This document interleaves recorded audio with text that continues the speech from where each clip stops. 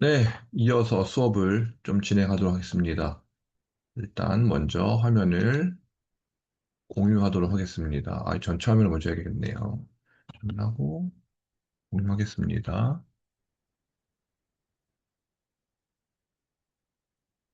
자,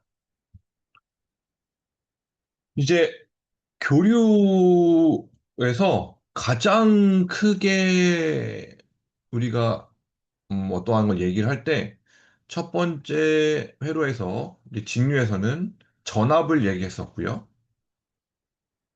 그다음에 저항을 얘기했었고요. 전류를 얘기했었습니다. 근데 실질적으로 전압이라고 하는 것은 전압을 내는 소스, 즉 전자 부품에 해당하는 거죠. 소스를 낼 수 있는 건전지 또는 어떠한 뭐 디바이스에서 나온 어떠한 뭐 전원, 파워 서플라이라든가 그런 것들을 나타냈었는데 이제 생각해 보면은 직류에서 나온 부품을 여러분들이 지금까지 배운 것 중에 크게 전원, 건전지, 저항, 그 다음에 컨덴서 또는 축전지라고 하는 저장할 수 있는 공간까지를 이야기했습니다. 자, 그런데 교류에서는 실질적으로 교류도 저항은 저항값으로 인지합니다. 왜? 저항 자체가 전류의 흐름을 방해를 하는 거기 때문에. 그런데 그 컨덴서 또는 우리 그 캐패시터라고 하는 이 축전지 같은 경우는 교류에서 어떤 역할을 하느냐? 교류가 지나가고 싶어요. 지나가고 싶은데 뚝 끊겨 있어요. 그럼 여기는 전기를 지나가지 못하게끔 방해하는 어떠한 요인이 됩니다. 그리고 마지막으로 이제 코일이에요. 코일. 인덕터 또는 인덕터라고 하는 코일을 가지고서나 이야기하게 되는데 이게 뭐 여러분들 보신 친구도 있겠지만 한번 제가 한번 볼게요.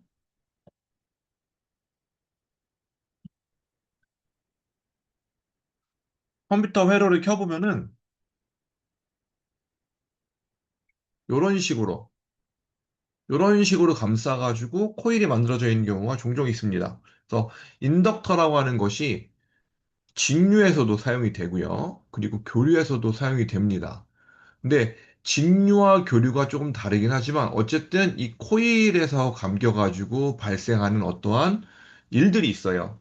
그래서 그 일들이 있는데 그 일들을 먼저 여기서 우리가 한번 배워보자는 겁니다. 그러면 직류에서 배운 저항, 캐패시터, 전원, 그 다음에 교류에서 배우는 저항, 캐패시터, 그 다음에 인덕터, 이 세 가지를 배우면은 실질적으로 RLC 회로라고 하는 것을 구현할 수가 있습니다. 그래서 인덕터라고 하는 것이 여러분들 아주 기초적인 내용이지만 실질적으로 사실은 마음에 잘 와닿진 않습니다. 왜? 저희가 잘 써보지 않았거든요. 저항 같은 경우는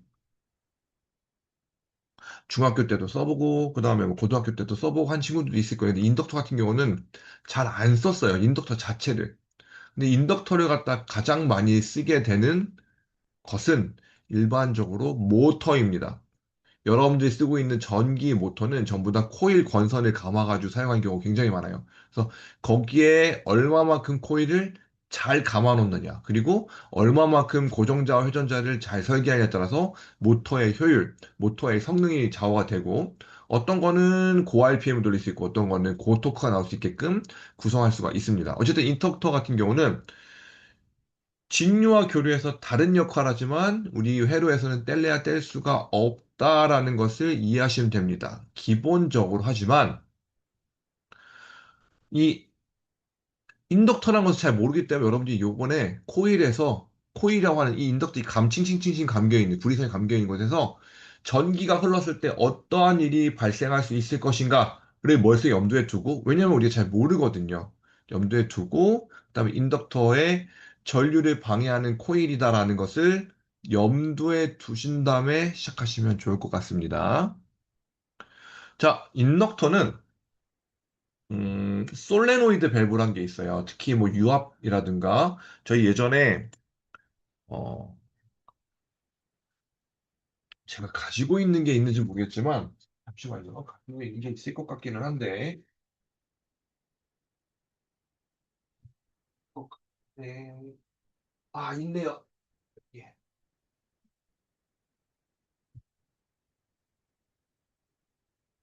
자, 한번 같이 봐봅시다.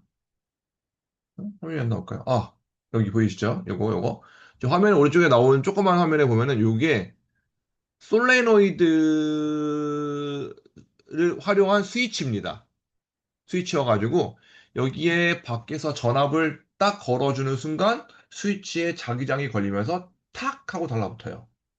그리고 다시 전압을 딱 끊는 순간 또 스위치가 그 떨어지는 역할을 합니다. 근데 여기에 보시면 저 공유 중지, 공유 중지. 여기 자, 여기 보시면 이렇게 생겼습니다. 이거 이렇게 생겼는데 여기에 보시면은 여기에 스위치가 달려 있고 이 여기 요 가운데 여기에 하얀색 부분이 이걸 뜯어보면은 구리선 칭칭칭칭칭칭 감겨 있어요. 굉장히 많이 감겨 있습니다. 그래서 솔레노이드 코일 같은 경우는 실제 그 가전제품에도 많이 들어가 있고요. 제가 예전에 어떠한 장비를 만들었을 때도 솔레노이드 밸브로 제어하는 경우가 종종 있었습니다. 그래서 이 솔레노이드 밸브 뭐 릴레이라고 얘기가 나오면은 대부분 코일로 만들어져 가지고 전기적인 신호에 의한 스위치가 됩니다. 그러면 스위치 그냥 껐다 켰다 하면 되지 않나요?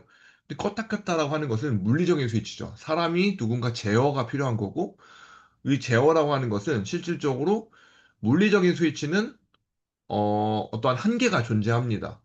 누군가 조작을 시켜줘야 되는 거고요. 그런데 내가 만약에 솔레노이드 밸브를 갖다 스위치를 써요. 그럼 밖에서 어, 이 정도 전압, 이 정도 전압이면은 뭐 이 온도라든가 아니면 압력 같은 게 들어갔을 때 일정 압력이 올라가게 되면은 전류를 흘려보내주는 그런 회로를 구성했다고 생각해 봅시다. 그러면 너무 온도가 높아져요. 그러면 솔레노이드 밸브가 전기를 끊는 역할을 할 수도 있고 반대로 올리는 역할을 할 수도 있습니다. 아, 여러분들이 가장 가까이서 봤었던 거는 다리미겠네요. 다리미 같은 경우는 온도가 높아지게 되면은 일정 온도가 높아지게 되면은 전기를 끊어야 되잖아요. 그리고 다시 또 낮아지면 다시 전기 붙여줘야 되고. 근데 거기서 보면 딸깍 딸깍 한 소리 납니다. 잘 들어보면. 그래서 이 스위치가 끊어졌다 붙였다는데 얘를 물리적으로 끊어졌다 붙였다 하는 것이 아니라 전기적으로 스위치를 만들어 줍니다. 이런 장점이 뭐냐면 고전압, 고전류가 흘러간다 하더라도 이러한 스위치가 쉽게 망가지지가 않습니다. 아까도 얘기했지만 모터, 발전기, 변압기 등등 이런 것들은 무조건 전부 다 안쪽에 코일이 칭칭칭칭 감고 있습니다. 코일의 권선의 개수, 권선의 두께, 권선의 감은 횟수 같은 게 굉장히 밀접한 연관을 가지고 있고요. 전기차 구동 모터, 전원 장치들도 마찬가지로 코일이 감겨 있습니다. 심지어는 발전하는 것들도, 발전기들도 보통 일반적으로 코일로 감아져 있다라는 사실을 우리가 알 수 있습니다. 자, 솔레노이드 밸브, 아까 말씀드렸죠? 전류를 인가를 시켜줘요. 전류 인가시켜주면은 코일에 자기장이 생깁니다. 이 뒷부분에 설명할 거예요. 지금은 어떠한 구조로 어떻게 우리가 쓸 수 있는지를 갖다가 이해하자는 거기 때문에 이러한 원리라는 것만 생각하시면 될 것 같아요. 전류를 보냈어. 자, 문 열어주세요. 라고 전류 보냈습니다. 그러면 코일에 자기장이 생성이 돼요. 그러고 얘가 철심이 수직으로 왔다 갔다 하는 경우도 있고요. 아니면 이렇게 스크류 형태로 올라가는 경우도 있습니다. 근데 대부분의 경우는 수직으로 많이 움직이게 되겠죠. 자, 이 그림만 봐도 여기서 솔레노이드 밸브에다가 전기를 인가시켜주게 되면 일정한 자기장이 생기게 되고 이 자기장이 얘를 갖다가 위로 끌어올리는 역할을 합니다. 그래서 이 스프링이 끌어올리는 역할을 하고 전기를 갖다가 딱 끊어주는 순간 자기장이 끊어지죠. 그럼 어떻게 되겠죠? 스프링에 있었던 힘을 갖다가 잡아주는 역할을 했던 자기장이 없어지기 때문에 다시 쾅 하고 딱 한 소리가 이렇게 닫힙니다. 그래서 이런 식으로 이 코일에 의해서 자기장을 만들었다 풀었다 자기장을 만들었다 풀었다 하는 걸로 이런 그 밸브도 제어가 가능하고요. 이 릴레이도 마찬가지예요. 이 릴레이를 이용한 그 스위치 같은 경우는 거의 솔레노이드 밸브와 유사하다고 생각하시면 됩니다. 대신 작은 전류를 입력을 시켜요. 그리고 코일이 자석화됩니다. 뒤에서 설명하겠습니다. 자석화가 되고 자석이 만들어지면서 위쪽에 있는 쇠 같은 판을 갖다가 당겨요. 당기면 딱 하고 달라붙겠죠? 그럼 전기가 흘러가는 길이 만들어집니다. 그래서 이런 것은 그 자동화 공정이나 또는 어떠한 그 큰 장비들, 비싼 고가의 대형 장비들에서는 실제 물리적인 스위치보다는 이렇게 전자석을 이용한 자연, 아, 전자석을 이용한 스위치를 활용해가지고 얘를 온, 오프를 시키는 경우가 종종 존재한다. 라고 생각하시면 될 것 같아요. 모터. 딱 보세요, 모터. 어떻게 생겼나. 이 안에 권선이 엄청 감겨 있죠. 물론 이거는 좀, 여러분들 보기 편하라고 이렇게 그려져 있는 것 같긴 하지만, 실질적으로, 모터는 회전자와 고정자라는 것이 있습니다. 회전자는 안쪽에서 회전하는 녀석을 회전자라고 하고요. 고정자는 바깥쪽에서 붙어 있는 그 그 고정자가 있습니다. 옛날에는 어떤 식으로 구성이 되어 있었냐면은, 한번 보여드릴게요.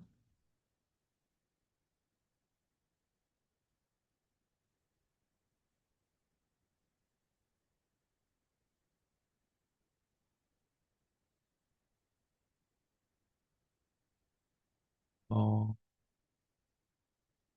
분해되어 있는 것이 있을 것 같은데, 미니카라고 여러분들이 만들어 본 친구들이 있을 것 같아요.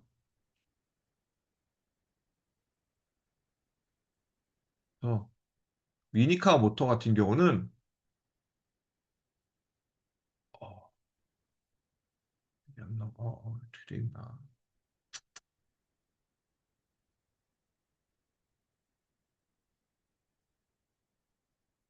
딱 분해된 게 있으면 딱 좋을 텐데, 분해된 게 잘 안 보이네요. 요 그림이면 되겠다. 자, 요거는 미니카 모터 내부라고 생각하시면 됩니다. 미니카 모터는 어떻게 생겼냐면요. 제가 어렸을 때 많이 가지고 놀았던 건데, 요런 식으로 많이 생겼습니다. 미니카 모터는 요런 식으로 구성이 되어 있고, 얘를 갖다가 안에다가 부착시키고 기어를 달아서 기어가 감속기를 이용해가지고 그 모터의 회전력을 이용해가지고 바퀴가 돌아가게끔 되어 있습니다. 자, 그런데 예전에 모터 어떻게 돼 있었냐면 이렇게 돼 있습니다. 밖에가 자석이에요. 고정자를 갖다가 모터의 벽면 쪽에 붙여 놓습니다. 그리고 안쪽에 코일을 칭칭칭칭칭칭 감아요. 칭칭칭칭 감아서 회전자 안쪽에 모터를 넣어가지고 회전할 수 있게끔 만들어줍니다. 그런데 지금은 어떻게 되어 있느냐? 여러분들이 사용을 하게 될, 앞으로 하게 될 전기차 또는 하이브리드 자동차 같은 경우는 굉장히 레귤러하고 그리고 굉장히 큰 힘을 발휘하게끔 뭔가를 구성해야 됩니다. 그러다 보니까 기존에 있었던 연구 자석을 밖에다 붙여가지고 하는 것은 한계가 존재하는 거예요. 그래서 아까는 고정자라고 하는 바깥에 붙어 있었던 자석을 이제는 고정자 부분에 N극과 S극을 만들 수 있는 코일을 감아서 만들어주게 됩니다. 코일을 감아서 N극과 S극을 인위적으로 만들어주게 됩니다. 그래서 이 N극과 S극이 만들어지고 안쪽에서는 오히려 이 안쪽에 있는 이 모터 내부의 코일을 빼고 고정 영구 자석 같은 경우 이용해가지고 NS를 갖다가 빠르게 변화시킬 수 있게끔 하는 것을 어, 구성해서 설계를 하고 많이 설계해서 만들고 있고요. 그래서 일반적으로 전류를 인가를 해요. 전류를 인가하면은 밖에 N극, S극이 있거나 또는 안쪽에 N극, S극이 있을 때 전류 인가하면 여기 자기장이 생성이 됩니다. 그래서 N과 S가 만들어지게 되면은 N과 N끼리는 밀어내고 N과 S는 달라붙으려고 하죠. 그래서 N과 S를 갖다가 N과 N이 밀어내고 S가 당기는 것을 이용해가지고 계속 회전시킬 수 있게끔 만들어주는 겁니다. 그래서 전류를 인가시키면 자기장이 생성이 되고 자기장에서 N과 N은 자기끼리 싫어하기 때문에 밀어내겠죠. 밀어내면서 이제 회전하는 힘이 자동으로 발생하게 되는 겁니다. 즉, 이 코일 내부에 어떻게 설계를 하고 어떻게 얼마만큼을 구성하느냐에 따라서 완전히 180도 달라지게 됩니다. 자, 그리고 전기차 모터와 인덕터 같은 경우는 결국엔 전기차 모터 같은 경우는 바깥쪽에 바깥쪽에 코일을 감아 놓습니다. 전기차 모터는 코일을 감아 놓는데 이 코일을 잠시만 제가 보여드릴게요.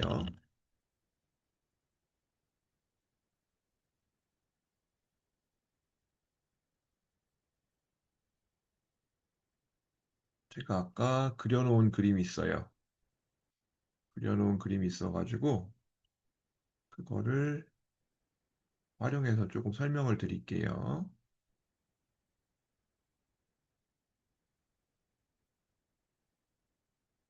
제가 이 컴퓨터에서는 그 로그인을 안 했었나 보네요. 잠시만요.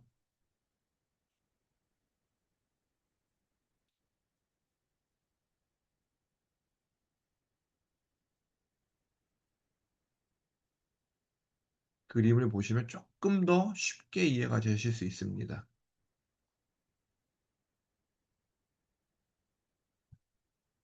자, 아까 그린 그림이고요. 요겁니다. 지금 안쪽은 N국과 S국으로 되어 있는 고정자를 아니, 그러니까 회전자를 만들어 놓고 바깥쪽에다가 여기에 여기를 갖다가 자기장을 걸어줘요. 그런데 그냥 걸어주는 것이 아니라 자기장 걸을 때 여기가 여기가 한번 N이라고 가정해 봅시다.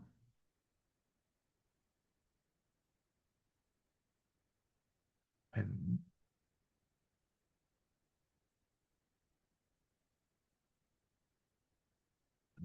왜 어디였을까요? 여기 있네요. 자, 여기가 한번 N이라고 가정해 봅시다. N. 그러면 N과 N끼리는 어떻게 되죠? 서로 싫어하게 됩니다. 그래서 이쪽 방향이 됐든 이쪽 방향이 됐든 움직이고 싶어 할 거예요. 그러면 여기가 N이었고 여기가 만약에 좀 약한 N이야. 여기 N 강 플러스 여기 N 플러스 그다음에 여기는 N 0 그다음에 여기는 S 이런 식으로 꾸며질 수 있는 거죠. 왜? N, S, N, S, N, S 이런 식으로 꾸며주게 됩니다. 그러면 N이 바뀌어가면서 강한 데서 N이 밀어내고 점점 S 쪽으로 가고 싶어 하면서 얘가 이렇게 돌아가게 됩니다. 근데 이게 전자석, 즉 코일을 활용하게 되면은 여기가 N이었다. 그러면 N으로 고정되는 것이 아니라 센, 강한 N도 만들 수가 있고요. 약한 N도 만들 수가 있고요. 그 다음에 다시 강한 S도 만들 수가 있고요. 약한 S로도 만들 수가 있습니다. 기존에 있었던 모터들보다 점점 모터가 발전하고 모터가 더 강한 힘을 낼 수가 있는 이유는 바로 이겁니다. 예전에는 고정자와 회전자가 완벽하게 그, 한쪽은 뭔가 퍼머넌트하게 영구 자석을 써가지고 많이 만들었었습니다. 그런데 지금은 영구 자석을 쓰는 것보다는 영구 자석 대신에 다른 것을 그리고 이렇게 전자석을 활용하게 되면 N과 S를 갖다가 지속적으로 바꿔줄 수가 있어요. 그러면 이 지속적으로 바꾼다라고 하는 것 자체가 결국엔 얘를 회전력을 갖다 더 크게, 더 빠르게, 더 제어가 쉽게 되는 거죠. 그래서 실질적으로 기존에는 모터만 회전시켰다라고 하면 이제는 들어가는 전력을 갖다가 잘 제어하게 되면은 이 모터의 힘, 모터의 파워, 모터의 그다음에 뭐 RPM 그런 것들을 갖다가 충분히 제어가 가능하다는 거죠. 바로 이게 코일입니다. 여러분들 코일이라고 하는 것이 우리가 실질적으로 일상생활에서 코일을 보기는 굉장히 어려워요. 왜? 전자제품의 바깥쪽에 드러나가지고, 야, 이거는 코일입니다라고 나와 있는 경우는 극히 드뭅니다. 그리고 디바이스들 자체들도, 만약에 메인보드를 샀다, 아니면 어떠한 기판을 만들었다라고 했을 때, 코인이 밖으로 드러나와 있는 경우는 거의 없습니다. 왜? 장비에 실질적으로 많이 물려 있거든요. 하지만 여기서 내가 고전압을 갖다가 뭐 제어를 해야 되거나 아니면 안정적인 전압을 뭐 만들어야 되거나 아니 어떠한 역기 전력을 갖다가 막아야 되거나 보호해야 되거나 아니면 노이즈 잡아야 되거나 할 때는 코일이 굉장히 강력한 역할을 해요.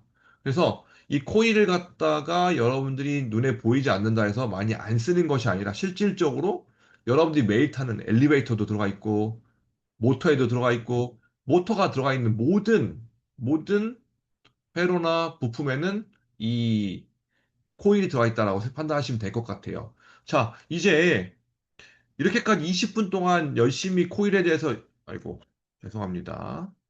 이야기한 이유는 바로 이겁니다. 모터라고 하는 것이 또는 인덕터라는 것이 우리가 잘은 모르지만 계속 실생활에서 쓰였다라는 거예요. 계속 실생활에 쓰였다는 거고 이 실생활에서 썼던 것을 갖다가 우리가 처음으로 또는 뭐 물론 뭐 교류에 대해서 공부한 친구도 있었겠지만 거의 처음으로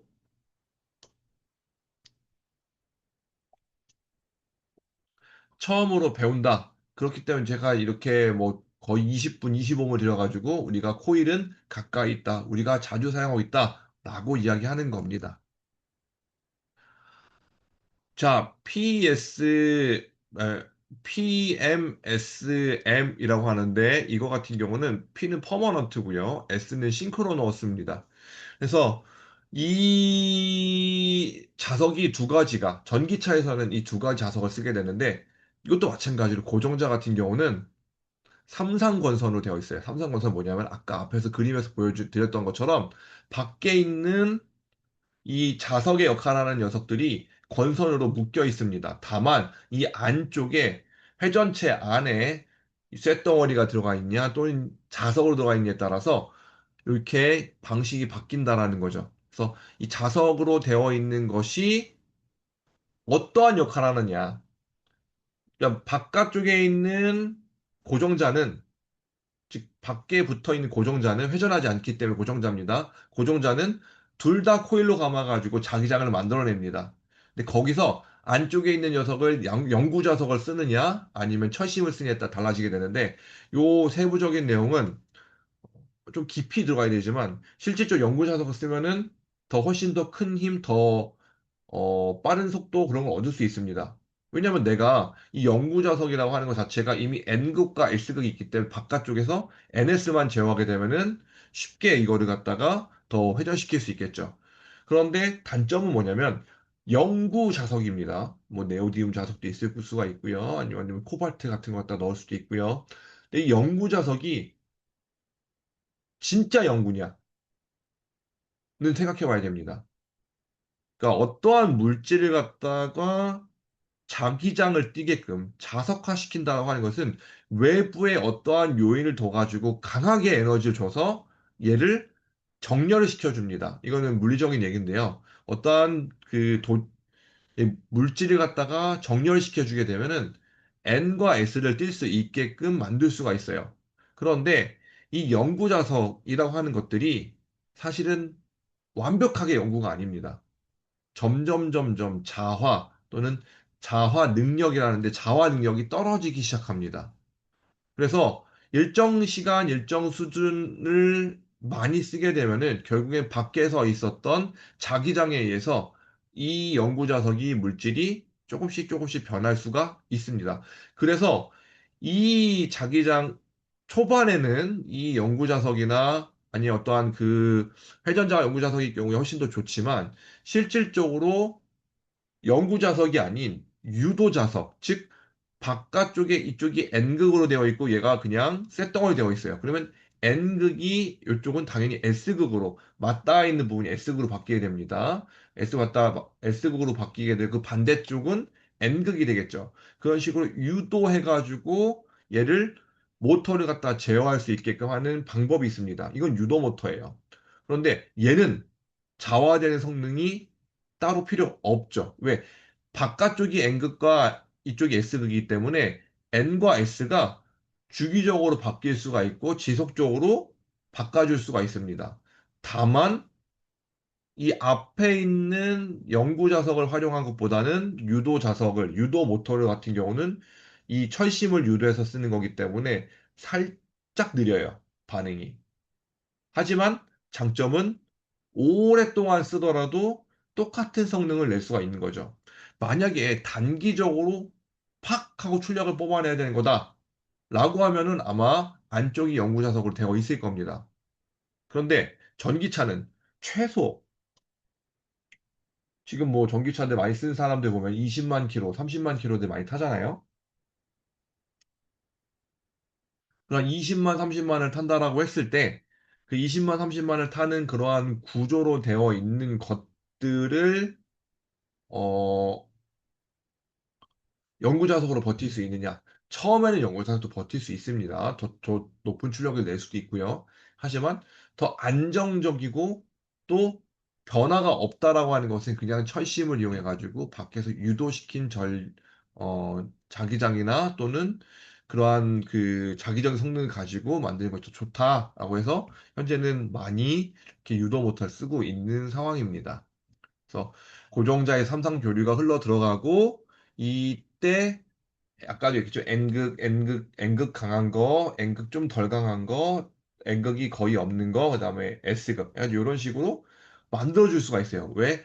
교류가 있기 때문에. 이 교류는 나중에 설명해 드리도록 하겠습니다. 그래서 유도 전류가 발생하고 회전 자기장에 의해서 토크가 발생한다. 라는 겁니다. 그래서 이제 인덕터에 대한 기본 형태가 나오게 되는데, 인덕터라고 하는 건 지금 배운 게 아니에요.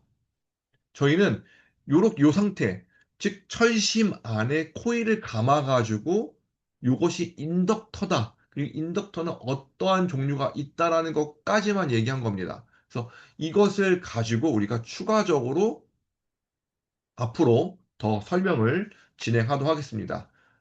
요번 시간까지 뭐였다? 인덕터란 것이 우리 주변에 많이 있지만 아직까지 한 번도 제대로 배운 적이 없기 때문에 이번에 한번 제대로 배워보자.